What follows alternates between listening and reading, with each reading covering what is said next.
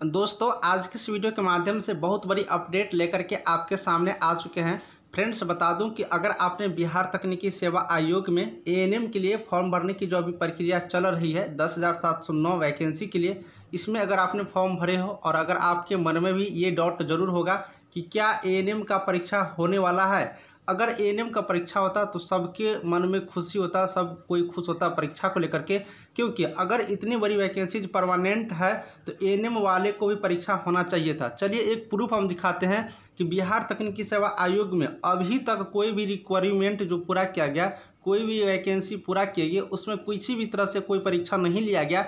Direct उसके mark के आधार पर संविदा वाले को वेटेज देते हुए उनको परमानेंट नियुक्ति की प्रक्रिया को कंप्लीट किया गया। लेकिन अब मामला कुछ उल्टा हो चुका है। अगर आप लोग भी चाहोगे तो बिल्कुल रूप से एएनएम वाले का भी परीक्षा हो सकता है और परीक्षा के माध्यम से आपकी सिलेक्शन हो सकते हैं। कहते हैं ना, कोशिश करने वालों को कभी हार नहीं होती, कोशिश करने वाले को कभी हार नहीं होती। वही चीज़ है दोस्तों। अब एक नया मैं जो जानकारी देने जा रहा हूं, अगर आप लोग भी चाहोगे तो एएनएम में परीक्षा करवा सकती हो और परीक्षा के माध्यम से सिलेक्शन ले सकती हो। इसमें अगर डाउट होता होगा कि संविदा वाले जो भी सिस्टर्स हैं कि अगर हम संविदा पे कार्य कर रहे हैं तो उसका क्या होगा। संविदा वाले तो परीक्षा पास नहीं कर पाएंगे क्योंकि वो लोग पहले से जॉब कर रहे हैं, तो संविदा वाले को चिंता नहीं करना है। संविदा वाले के लिए सरकार एक स्पेशल उसको वेटेज दे रहे हैं। चलिए ऑफिशियल जानकारी पर लेकर चलते हैं, पूरी कंप्लीट जानकारी देते हैं, फिर अब आप लोग को क्लियर पता चलेगा कि मैं कहने वाला क्या हूँ।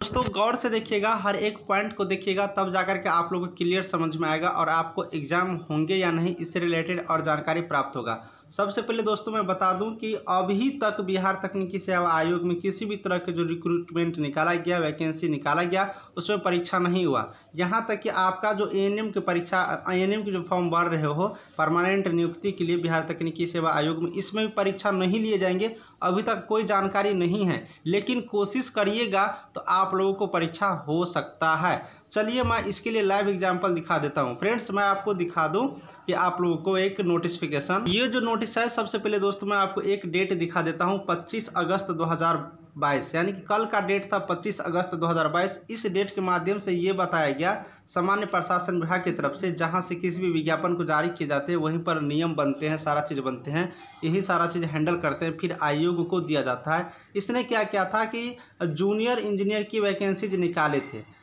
गौर से सुनिएगा, जूनियर इंजीनियर की 6400 प्लस वैकेंसीज निकाले थे और इस वैकेंसी में इसने क्या किया कि मार्क्स के आधार पर ज्वाइनिंग देना था, मार्क्स के आधार पर मेरिट लिस्ट बनाना था। लेकिन क्या हुआ कि मार्क्स के आधार पर तो बिल्कुल रूप से देना था, इसके लिए फॉर्म भरने की प्रक्रिया कंप्लीट हुआ। उसके बाद इसमें काउंसलिंग किया गया, काउंसलिंग होने के बाद मेरिट लिस्ट एक बार तैयार भी किया गया। मेरिट लिस्ट तैयार होने के बाद डिपार्टमेंट को लगा या किसी भी कैंडिडेट के द्वारा उस पर अपोज किया गया कि इसमें बहुत सारे त्रुटियां हैं, जिसके वजह से जेई का जो मेरिट लिस्ट जारी किया गया था उसको कैंसिल कर दिया गया।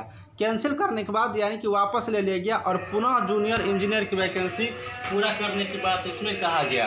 अब जब इसमें पूरा करने की जो बात कहा गया इसको, तो फिर से वहाँ पर जो इसकी प्रक्रिया है वो चलती रही। लेकिन कल की डेट में क्या अचानक नोटिस निकल गया कि 25 अगस्त 2022 के डेट में कि 26 अगस्त 2022 को एक मीटिंग रखा जाएगा, यानी कि आज के डेट में एक मीटिंग रखा जाएगा 4:30 पर, और इस मीटिंग के माध्यम से इस विज्ञापन में संशोधन किया जाएगा। अब गौर से सुनिएगा कि इस विज्ञापन में संशोधन के बिंदु पर विचारण हेतु 26 अगस्त 2022 को 4:30 पर आयोजित बैठक के संबंध में, अब इसमें जो संशोधन क्या किए जाएंगे वो मैं बताता हूँ और क्यों किए जाएंगे वो बताता हूँ। सबसे पहले ये देख लो कि क्यों किए जाएंगे।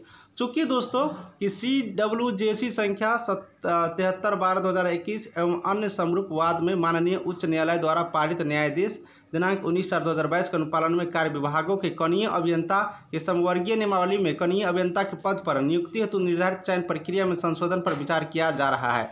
यानी दोस्तों कि हाई कोर्ट में किसी स्टूडेंट ने केस कर दिया था, जब केस कर दिया गया था तो हाई कोर्ट के माध्यम से बताया गया कि इसके नियमावली में, यानी कि जो जूनियर इंजीनियर की नियमावली है उसमें संशोधन पर विचार किया जाए, यानी कि जो उसमें संशोधन हो सके उस पर विचार किया जाए। तो दोस्तों मैं यहाँ पर बता दूं कि पहले जो मामला था, यहाँ पर देख सकते हो कि 75% अंक डिप्लोमा के लिए जाते थे और 25 अंक जो है आपको आपके एक्सपीरियंस के आधार पर लिए जाते थे और आपका मेरिट लिस्ट बना दिए जाते थे। लेकिन अब क्या होगा दोस्तों कि अब जो संशोधन होगा वो परीक्षा के माध्यम से होगा।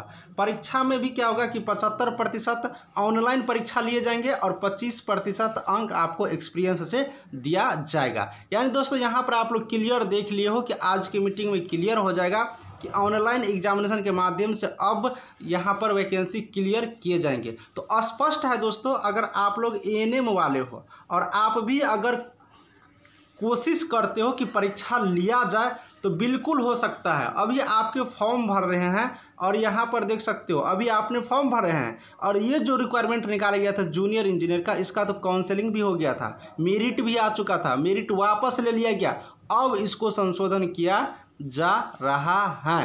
तो गौर से सुनिएगा, बिहार है, यहाँ पर कब क्या होगा किसी को नहीं मालूम रहता है। अगर आप भी चाहते हो कि एग्जामिनेशन के थ्रू मैं सिलेक्शन पाऊँ तो बिल्कुल रूप से कोशिश करिए। इस नोटिफिकेशन में कैसे किया गया आप लोग बिल्कुल देख सकते हो। हाईकोर्ट का दरवाज़ा खटखटाया गया, हाईकोर्ट के द्वारा आदेश दिया गया, उसमें संशोधन करिए और यहाँ पर देखिए इसके आधार पर, जबकि ऑनलाइन परीक्षा के आधार पर यहाँ पर मेरिट की बात कही जा रही है। तो दोस्तों यही मैं कहना चाह रहा था कि अगर 10,709 वैकेंसीज है, अगर इसमें भी छोटा सा एक एग्ज़ाम हो जाता तो जिनके पास मेरिट है उनका तो रिजल्ट होगा ही।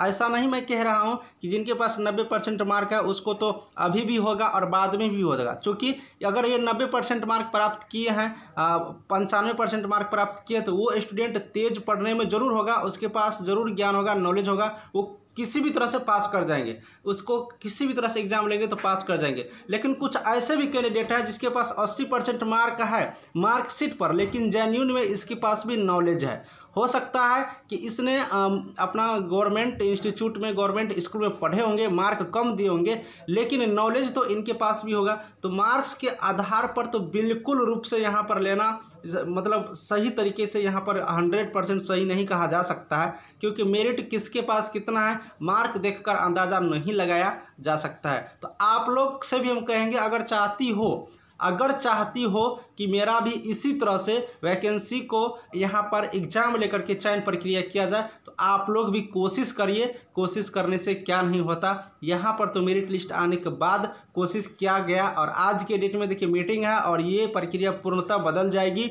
और एग्जामिनेशन के आधार पर हो जाएगी। अभी आपके फॉर्म भरने की प्रक्रिया चल रही है, अभी से कोशिश करेंगे तो जरूर रूप से आप में भी संशोधन हो सकता है और आप सारे कैंडिडेटों को एग्जामिनेशन में बैठने का मौका मिलेगा और एग्जामिनेशन में बैठने का मौका मिलेगा तो जेन्युइन कैंडिडेट को होना यहाँ पर तय है। चलिए दोस्तों, मैं वीडियो को समाप्त करूंगा। आपको यही जानकारी देना था कि बीटीएससी में ये सब भी होता है, बिहार तकनीकी सेवा में ये सब ही संभव है। तो आप लोग भी अगर करना चाहती हो तो कर सकती हो, ये आपका राय है। मिलेंगे नेक्स्ट वीडियो में, कोई डाउट हो तो कमेंट करिएगा। Thank you.